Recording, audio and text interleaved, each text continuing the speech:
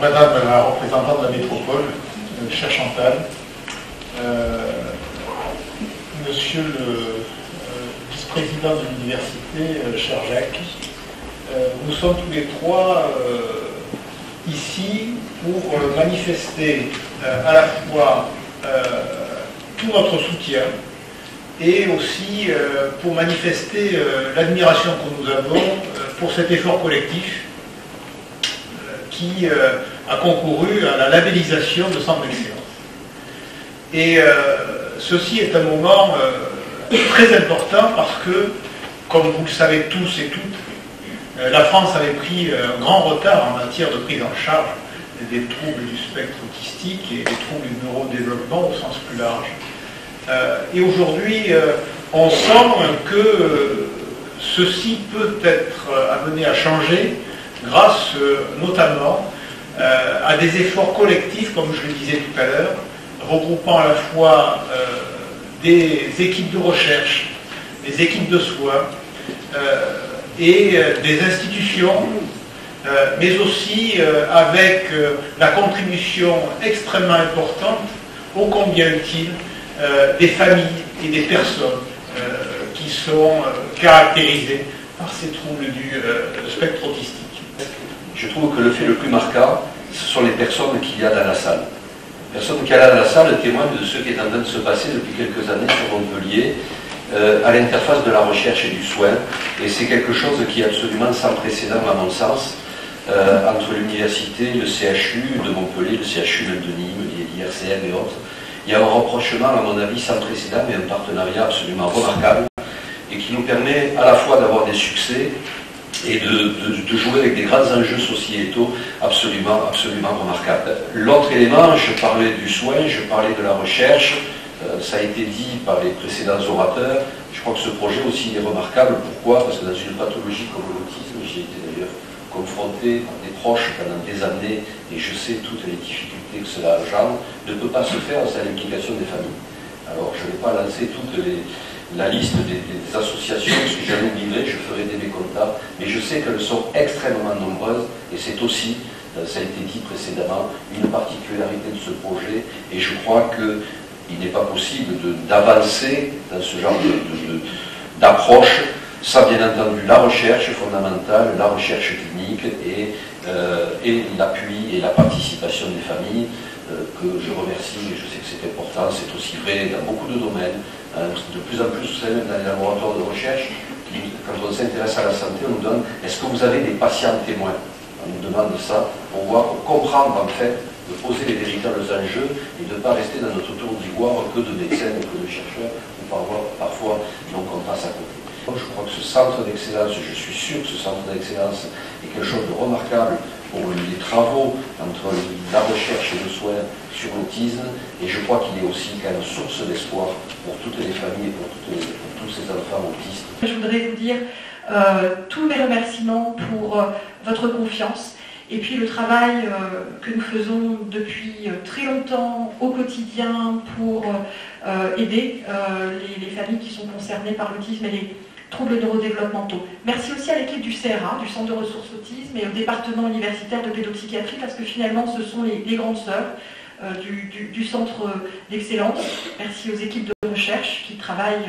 dans ces équipes-là. Un petit mot sur ce que sont les centres nationaux d'excellence, pour vous rappeler qu'il y a en ce moment, ça a été dit tout à l'heure, une stratégie nationale pour l'autisme au sein des troubles neurodéveloppementaux. C'est pas moi qui l'ai appelée comme ça, elle s'appelle comme ça. Et dans cette stratégie nationale, il y a un axe qui concerne la recherche. Et dans cet axe qui concerne la recherche, il y a une mesure qui concerne la labellisation de centres d'excellence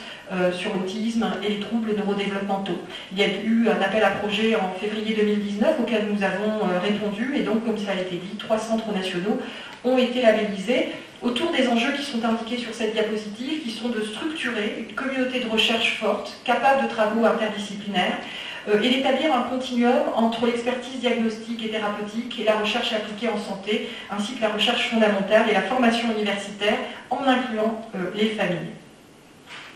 Alors nous avons candidaté pour être labellisés parce que nous pensions avoir un certain nombre d'atouts que j'ai listés dans cette diapositive qui est derrière moi. Tout d'abord une filière de soins avec plusieurs milliers d'enfants qui chaque année sont accueillis au CHU de Montpellier au sein des équipes, qu'elles soient en pédopsychiatrie, en pédiatrie, en neuropédiatrie, dans les CAMS, etc.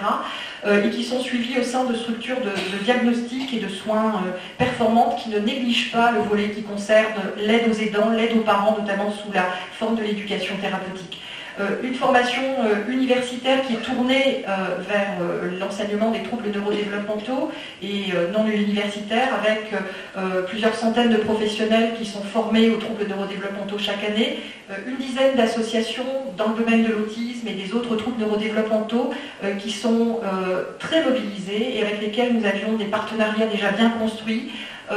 des chercheurs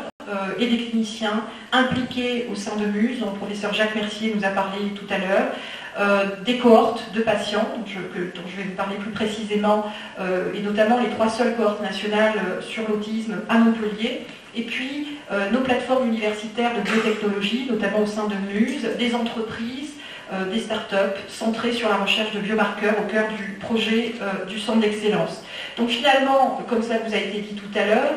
les impacts attendus pour les centres d'excellence, le nôtre notamment, c'est de rapprocher ces équipes de recherche fondamentale, ces startups, ces entreprises, ces plateformes de biotechnologie, dont la vocation est habituellement d'identifier des biomarqueurs à visée diagnostique, de les rapprocher d'équipes, ça a été dit tout à l'heure, qui parfois sont à quelques centaines de mètres et qu'elles ne connaissent pas, et réciproquement, des équipes de recherche appliquées en santé,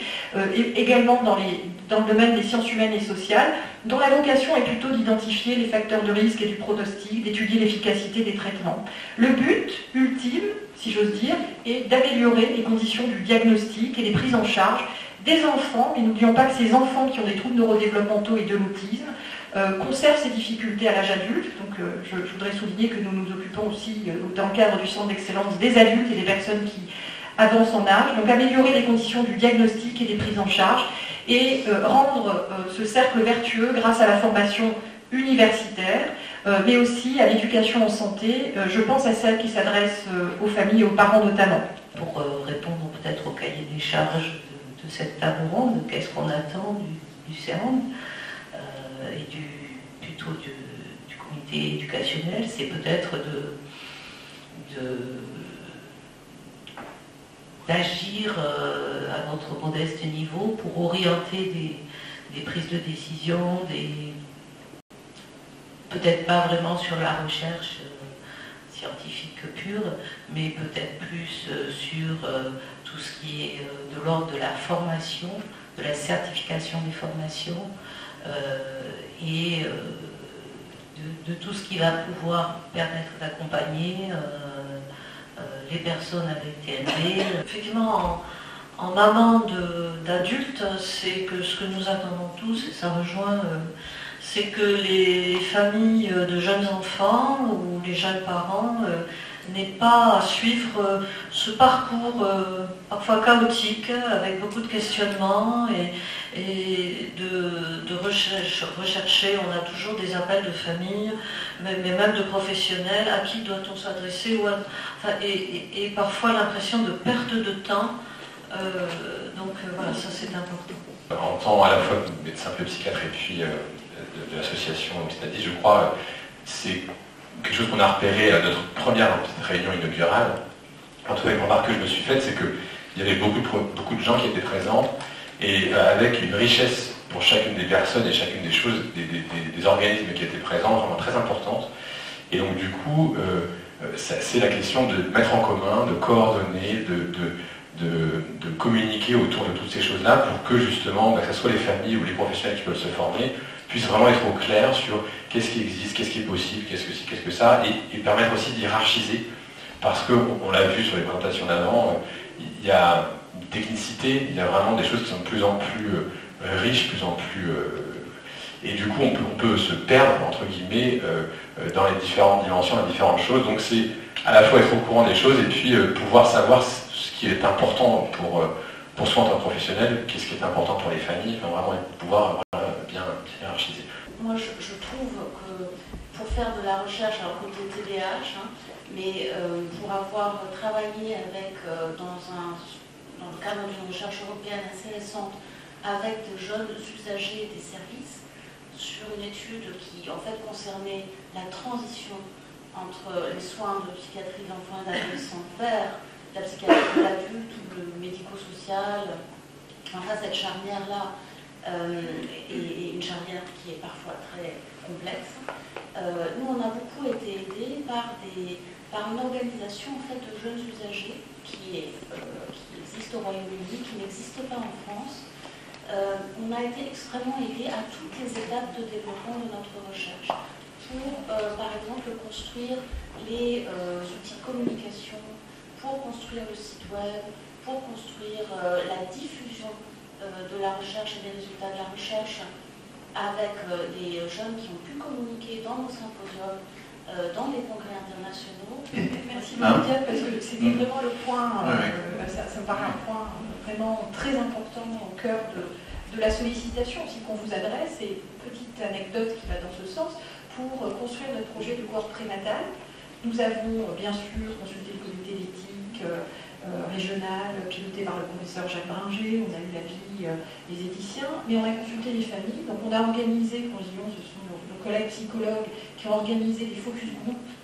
de travail avec des parents pour leur demander si du point de vue de la faisabilité, du point de vue de l'acceptabilité du protocole, du point de vue de l'éthique, alors que nous-mêmes, comme tu le disais Diane, on était très frileux pour partir vers ce type de projet, si ça leur paraissait cohérent.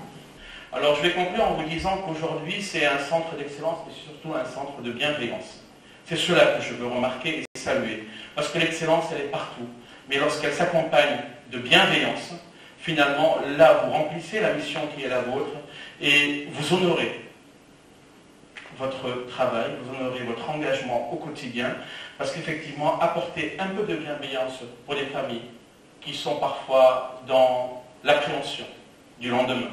qui sont parfois dans les questionnements liés à l'inclusion au quotidien. Merci pour tout ce que vous faites et tout ce que vous ferez pour lequel nous vous accompagnerons volontiers. Bonne journée à tous et à toutes.